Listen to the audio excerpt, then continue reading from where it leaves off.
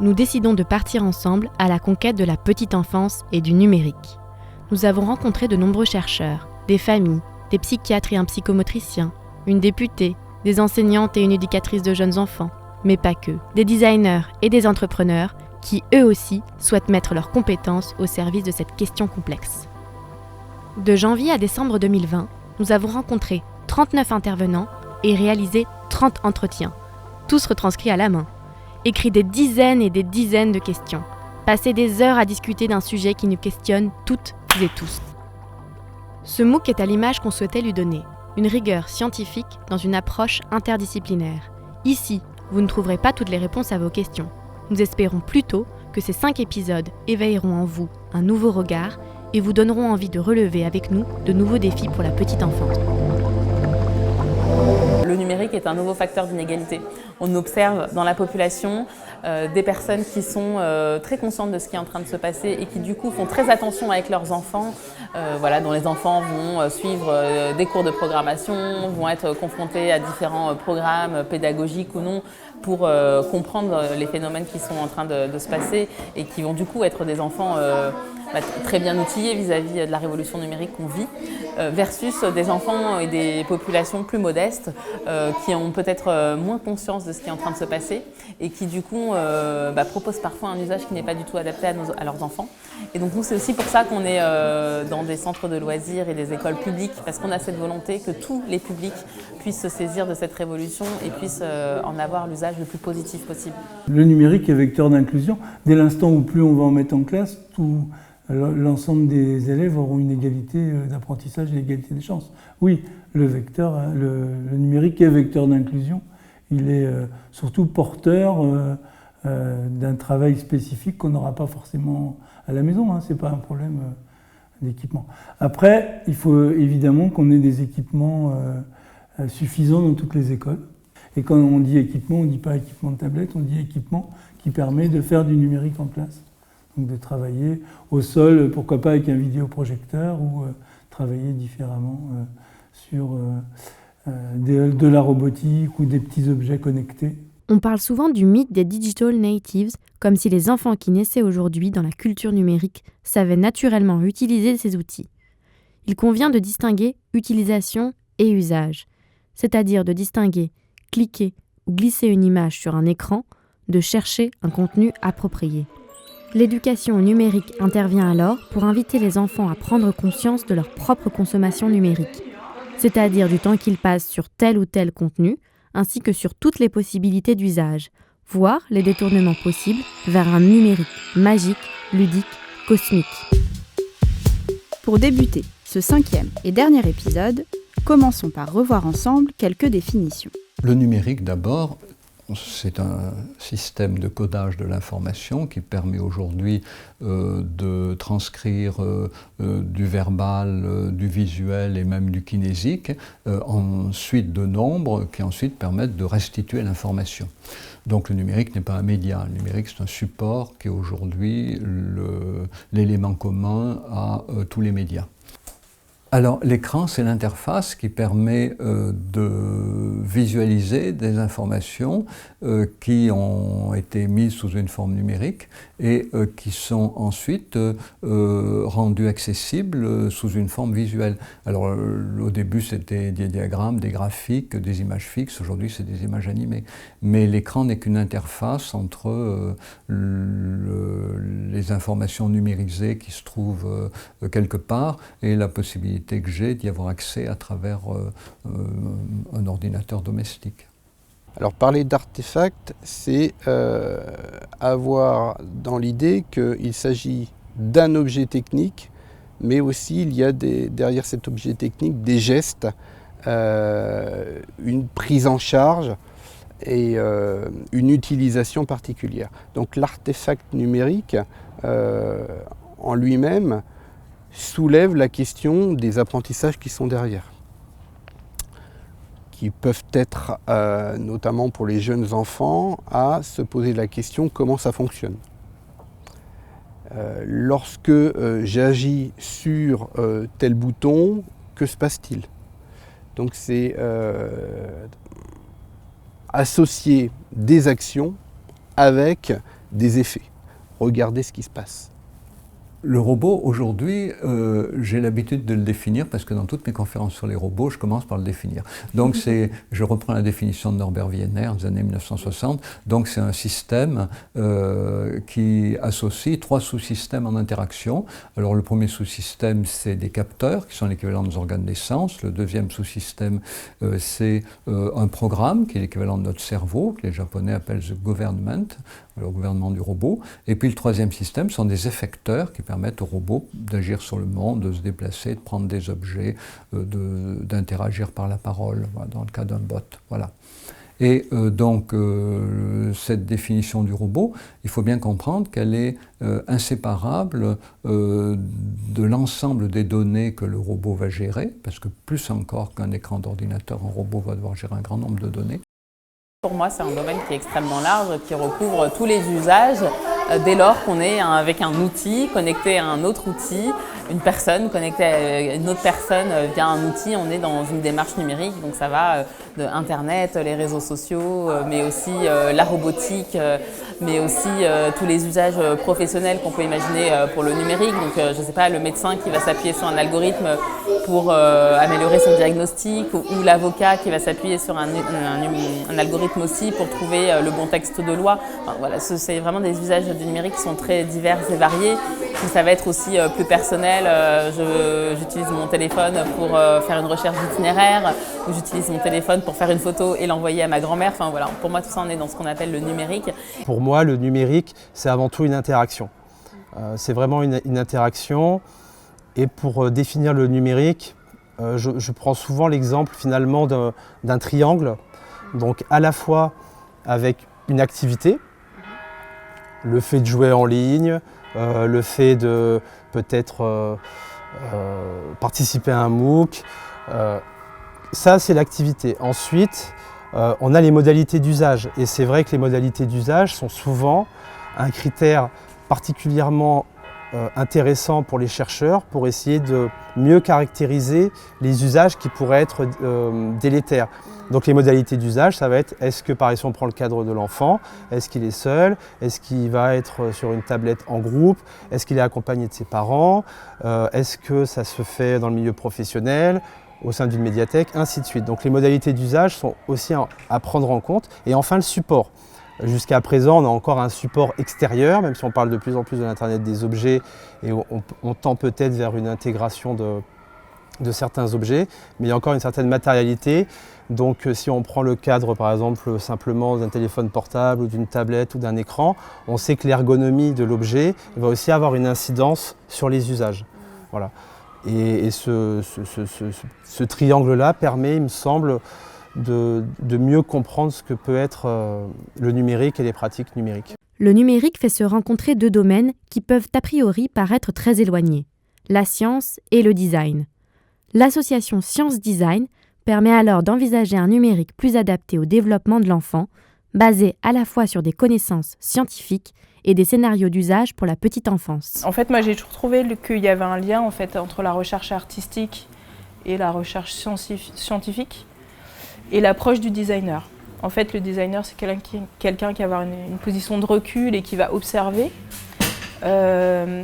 qui va regarder les interactions utilisateurs. Le chercheur, c'est pareil, que ce soit en art ou en sciences, pour moi c'est pareil. En fait, c'est quelqu'un qui va creuser les sujets à fond, qui va maîtriser à fond un sujet pour aller chercher des choses que les gens ne connaissent pas forcément. Au niveau de l'art, il y a la volonté de produire, et du design, il y a la volonté de produire un dispositif, une œuvre, quelque chose qui va parler aux gens, qui va les toucher et communiquer une information, leur faire vivre, expérimenter quelque chose. Et en recherche scientifique, ce qui est intéressant, c'est qu'il y a toute la notion d'évaluation, d'impact en fait. Comment est-ce qu'on mesure finalement l'impact d'un dispositif ? Je crois que le design, ou plutôt peut-être la usability, c'est un élément très très important parce que si une expérience n'est pas naturelle, les gens vont être frustrés, ils vont plus utiliser. C'est la même chose pour les enfants.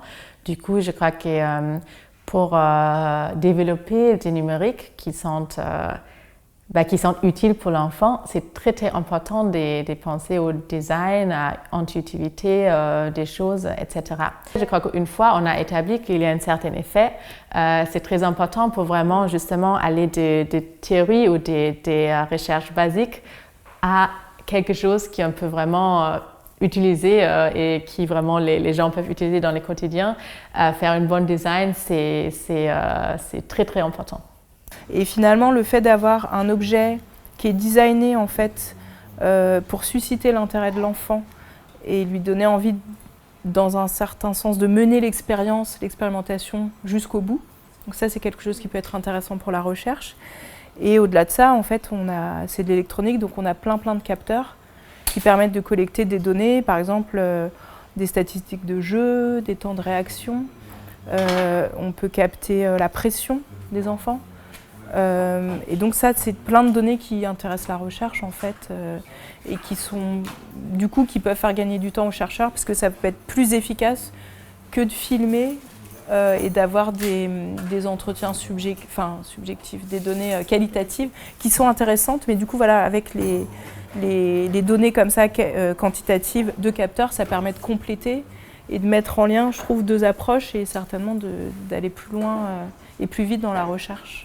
Je crois qu'une collaboration entre designers et chercheurs peuvent être très très utiles dès le début, parce que c'est vrai que même, et c'est encore une fois la question de signification pour l'enfant, si quelqu'un pourrait m'expliquer ou pourrait me dessiner quelque chose ou qui est guidé par les principes des bons design, qui est guidé par quelque chose où on sait que si on le fait, si on positionne quelque chose dans cette façon, si on met tel contraste, etc., ça va capter mieux l'attention de cette personne, ça va diriger cette attention.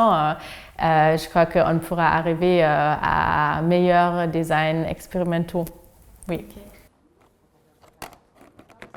Mais alors, grâce à l'association Science Design, est-ce qu'on pourrait imaginer un numérique sans écran ? Aujourd'hui, le numérique est inséparable des écrans. Quand on pense numérique, on pense écran. C'est difficile à croire, mais les écrans vont très probablement prendre moins d'importance dans nos vies dans les années qui viennent du fait de développement d'autres technologies, et notamment des technologies vocales. Vous savez, les enceintes connectées commencent à prendre beaucoup de place dans les familles, et très vite, nous allons avoir chacun un grand plaisir à avoir un compagnon conversationnel, un robot conversationnel, un assistant conversationnel auquel nous pourrons raconter des tranches de notre vie, qui se montrera curieux de nous. Et donc probablement les campagnes de prévention devront dans les années qui viennent se déplacer des écrans vers les assistants conversationnels. Alors que deviendront les enfants dans ce monde différent ? Beaucoup d'autres éléments peuvent arriver entre-temps dont on ignore tout. Vous savez, il y a un dicton qui dit que la seule chose dont on est certain, s'agissant de ceux qui veulent prédire l'avenir, c'est qu'ils seront ridicules demain. Bonjour et bienvenue dans le nid de Doudou. Moi, c'est Baba, la petite voix. Une interface conversationnelle, déjà, c'est la plupart du temps aujourd'hui une interface humain-machine, c'est-à-dire une interface qui consiste à créer une passerelle, à donner les moyens à un humain de commander, d'interagir avec un système qui, dans 80% des cas, va être un système informatique, numérique. Et une interface conversationnelle dans ce domaine des interfaces humain-machine, c'est une interface qui va solliciter l'utilisateur ou l'utilisatrice sur ses capacités d'expression, sur ses capacités d'expression verbale ou vocale. Coucou, je suis Bérénice. Coucou, je suis Bérénice. Super. Alors fais dans le jaune. En partant de là, c'est vrai qu'il me semble qu'un des rôles possibles des interfaces conversationnelles dans l'éducation, ça va être d'accompagner les parents, les adultes, ou globalement les pédagogues, les éducateurs, les orthophonistes, à développer les capacités d'écoute et quelque part d'imitation, d'élocution des enfants. D'accord, je comprends. Le numérique sans écran peut prendre la forme d'interfaces conversationnelles, c'est-à-dire des objets avec lesquels je discute. Exactement. Mais ce que tu vas découvrir ici, c'est qu'il existe plein d'autres possibilités de numérique sans écran.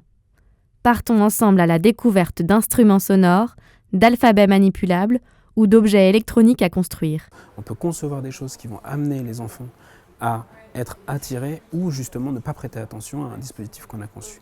Et dans celui-ci, rien ne l'amène à regarder l'écran et tout l'amène à justement se concentrer sur ce qu'il va entendre ou ce qu'il va ressentir. Voilà. On a des idées avec ces fameux capteurs sur lesquels je te disais que je travaillais, avec des jeux de pression, comment on fait varier les pressions, la sensibilité, et comment il se concentre là-dessus pour, avec des variations et des jeux de variations plus ou moins fines, l'emmener à devoir justement se concentrer entre son geste et son écoute. Donc à la base, c'est un projet de recherche en design.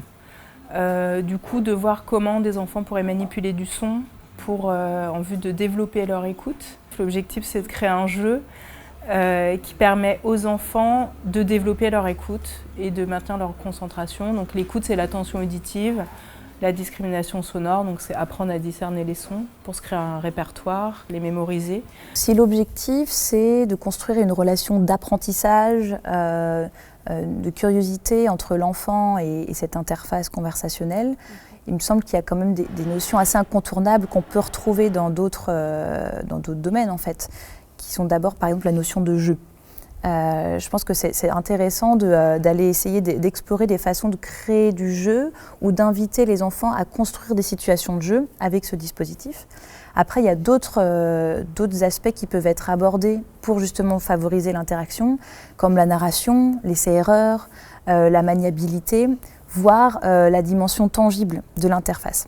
Alors pour moi, les interfaces tangibles, pour moi et la définition, c'est le fait d'avoir un objet physique avec lequel on peut interagir dans le monde réel, qui est connecté à un programme numérique. Et donc cet objet permet d'interagir dans le monde réel avec un programme numérique. Pour moi, l'intérêt des interfaces tangibles, ce qui est corroboré un petit peu par des études qui ont été faites notamment par Canopé, pour les enfants, en fait, c'est que ce sont des interfaces qui donnent envie d'explorer et d'expérimenter aux enfants. Et voilà, après, on rejoint tout ça. Après, ça va être plus une affaire de pédagogie. Mais ça permet de continuer aussi tout ce qui est pédagogie alternative, les principes de pédagogie alternative qui s'étaient un petit peu arrêtés avant l'arrivée du numérique. Et là, de prendre en compte ces principes-là dans la conception de nos dispositifs. Et notamment susciter cette exploration parce qu'on va construire un matériel qui va être auto-validant. Donc chez Lily Learn, on va privilégier un numérique tangible, c'est-à-dire qu'on va travailler sur les technologies des objets connectés.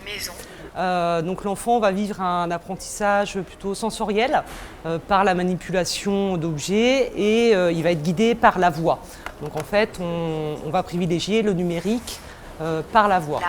Le principe, c'est que l'enfant il va manipuler des cubes, mais des cubes intelligents dans lesquels on a embarqué la technologie du NFC, des objets connectés. Et donc le principe, c'est que l'enfant il va poser sur la station de jeu un cube et le cube va parler. En fait, il va oraliser le son associé à la lettre. Donc pour la lettre M, on ne va pas entendre M, mais on va entendre le son N. Et progressivement, en assemblant d'autres cubes, on va fusionner ces sons pour former des syllabes et progressivement des mots. L'impact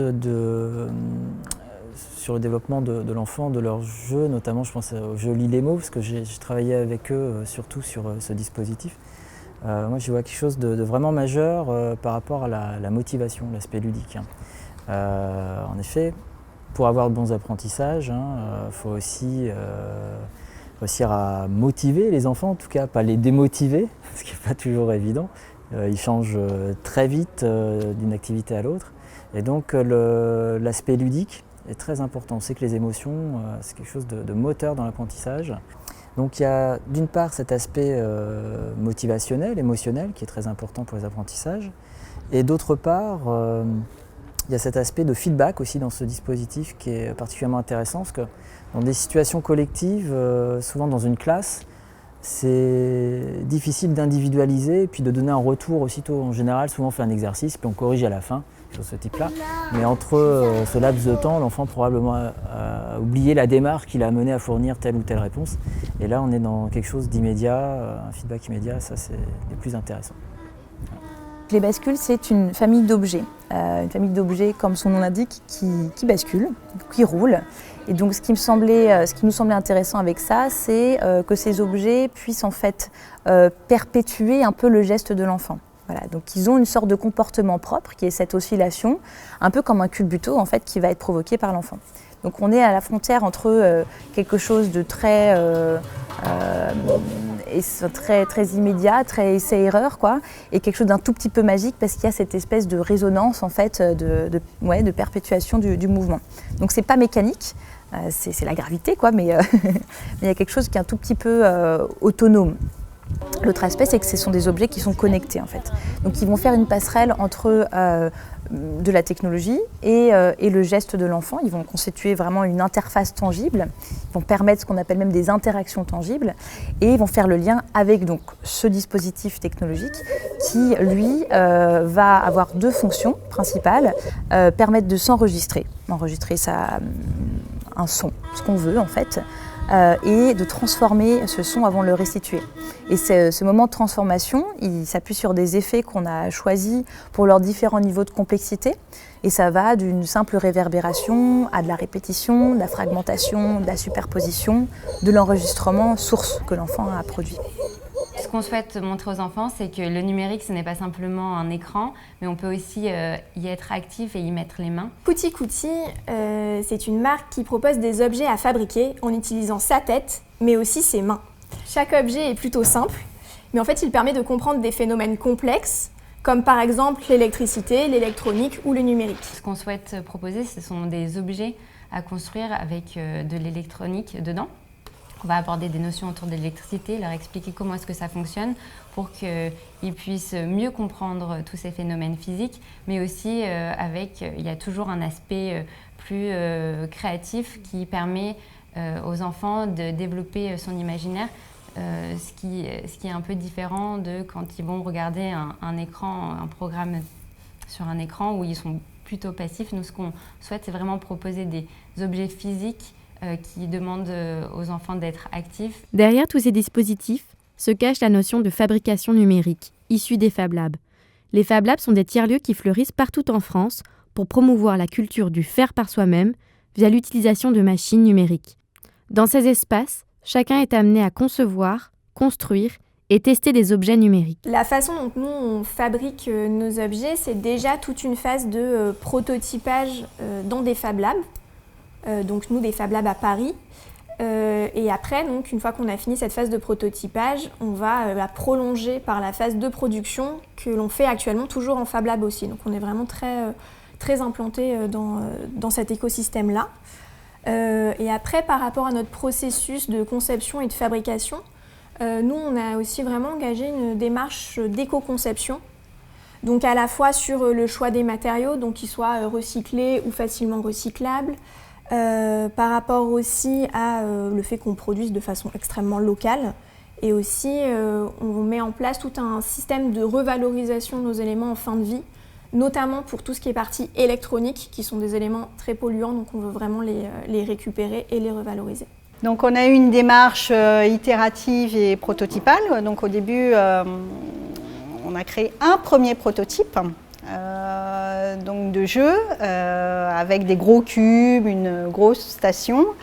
Puis on l'a testé, on s'est rendu compte qu'il fallait qu'on ajuste. Donc on a eu un deuxième prototype, un troisième prototype.